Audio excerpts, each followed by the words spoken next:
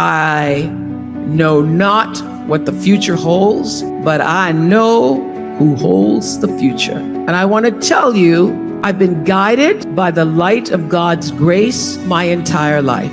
People ask, what's the secret to my success? It's because I lean into His grace. Because life is always talking to us. And this is what I do know. When you tap into what it's trying to tell you, when you can get yourself quiet enough to listen, really listen, you can begin to distill the still small voice, which is always representing the truth of you from the noise of the world. And you can start to recognize when it comes your way. You can learn to make distinctions, to connect, to dig a little deeper. You'll be able to find your own voice within the still small voice. You'll begin to know your own heart and figure out what matters most when you can listen to the still small voice. Every right move I've made has come from listening deeply and following that still small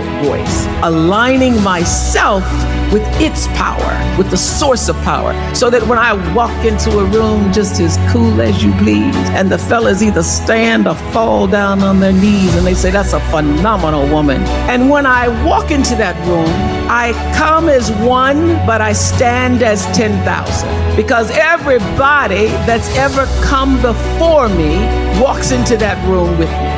I come as one, I stand as 10,000 has been my mantra for power. Because for so many of my earlier years, when I was the only woman, I was the only person of color, the one nobody expected to be in the room at the table on the anchor desk, co-anchoring the news here in Nashville in 1975, walking into boardrooms in the 80s, negotiating deals to own my own show. Not just do the show, but to make as much money from it as they were going to make off of me. And at no time did I ever feel out of place or not enough or inadequate or an imposter. Do not let the world make an imposter syndrome out of you. Why? Because I knew who I was. And more importantly, I knew whose I was. I didn't know the future, but I knew who was in charge of the future. And my job, just as your job is, to align with God's dream for you. And my prayer was always, use me. Use me, God. Show me how and who you need me to be. Because this is what I will tell you. God can dream a bigger dream for you than you could ever imagine for yourself. I am living testimony of aligning and living His dream. There will never be anything in your life as fulfilling as making a difference in somebody else's. Everybody always thinks you got to go do something big and grand. I'll tell you where you start. You start at being good to at least one other person every single day. Just start there. That's how you begin to change the world, by just being good to one other person. It doesn't matter if it's a member of your tribe or a stranger on the street. I'm here to tell you that a little act of compassion can be a lifesaver for somebody who receives it, but also for you who offers it. Just extend yourself in love and kindness to somebody. And as my dear friend Maya always said, love recognizes no barriers. It jumps hurdles, it leaps fences, it penetrates walls to arrive at its destination full of hope. And when you step out in love, you become someone's hope.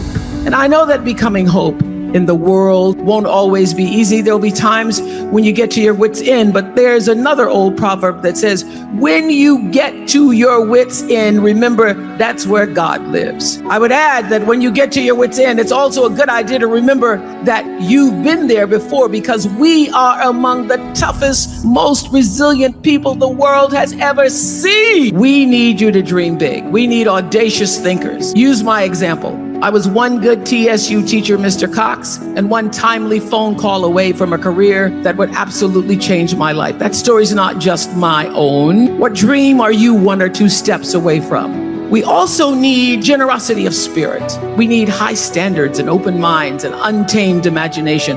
That's how you make a difference in the world. Using who you are and what you stand for to make changes big and small. And there will be times when making the next right decision will be scary. I tell you a secret.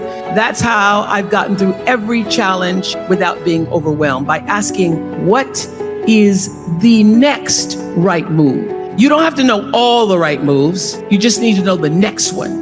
And it's okay to be scared. In fact, if you weren't scared, I'd be scared for you. But let me repeat something that the most extraordinary, certainly one of the most extraordinary men I've ever known, said. May your choices reflect your hopes, not your fears. Let your choices reflect your hopes, not your fears. To me, that's a 9-word prayer. And it came from a single individual who literally changed the world by putting his own fears aside for the people of this country. Thank you, Nelson Mandela. But I can't just tell you what desperate shape the universe is in and send you on your way. So I'm going to leave you with this instead. The world is weaning itself off Russian fuel.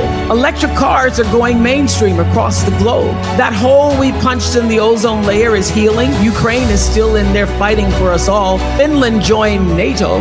COVID is currently receding, and there are human beings who very quietly donate their bone marrow to strangers. And this, to me, signals that the United States of America may not be united, but we are not a finished product. My point is, anything is possible. The wheels are still in spin. Saints walk among us. And as Nelson Mandela so brilliantly demonstrated, it's better to be hopeful than fearful, if for no other reason than the fact that hope brings us one step closer to joy.